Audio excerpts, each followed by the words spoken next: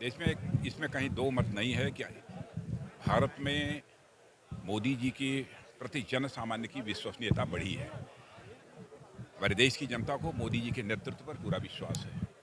फिर मैं पूरी तरह से आश्वस्त हूं कि 2024 के लोकसभा के चुनाव में भारतीय जनता पार्टी के नेतृत्व की एनडीए सरकार को स्पष्ट बहुमत हासिल होगा। केवल स्पष्ट बहुमत नहीं बल्कि पिछली बार से अधिक सीटें लोकसभा के चुनाव में भारतीय जनता पार्टी और एनडीए के जितने घटक हैं सबको प्राप्त होगी।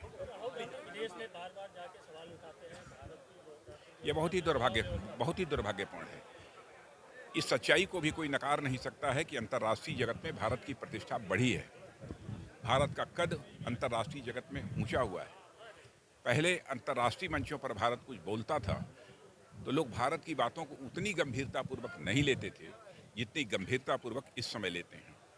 आज यदि अंतर्राष्ट्रीय मंचों पर भारत कुछ बोलता है तो सारी दुनिया कान खोलकर सुनती है कि भारत बोल क्या रहा है। यह हैसियत भारत की बनी है।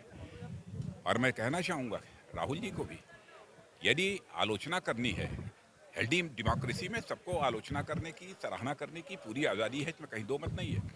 लेकिन उसके लिए कोई दुनिया का दूसरा देश नहीं मंच उपलब्ध करा सकता। चाहे यहाँ किसी भी पॉलिटिकल पार्टी का कोई हो, दुनिया के दूसरे देशों में जाना चाहिए तो अपने भारत की प्रतिष्ठा बढ़ाने की कोशिश करनी चाहिए, अपने भारत की, अपने देश की प्रशंसा करनी चाहिए। लेकिन अंतर्राष्ट्रीय जगत में वो भारत की छवि को धूमिल करने की कोशिश कर रहे हैं। ये बहुत ही दुर्भाग्यपूर्ण है।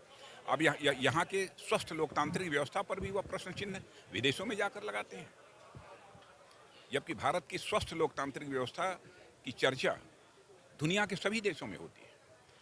लोगों का यह मानना है जिस प्रकार की हेल्दी डेमोक्रेसी भारत में है, शायद ही दुनिया के किसी देश में इस प्रकार की हेल्दी डेमोक्रेसी है।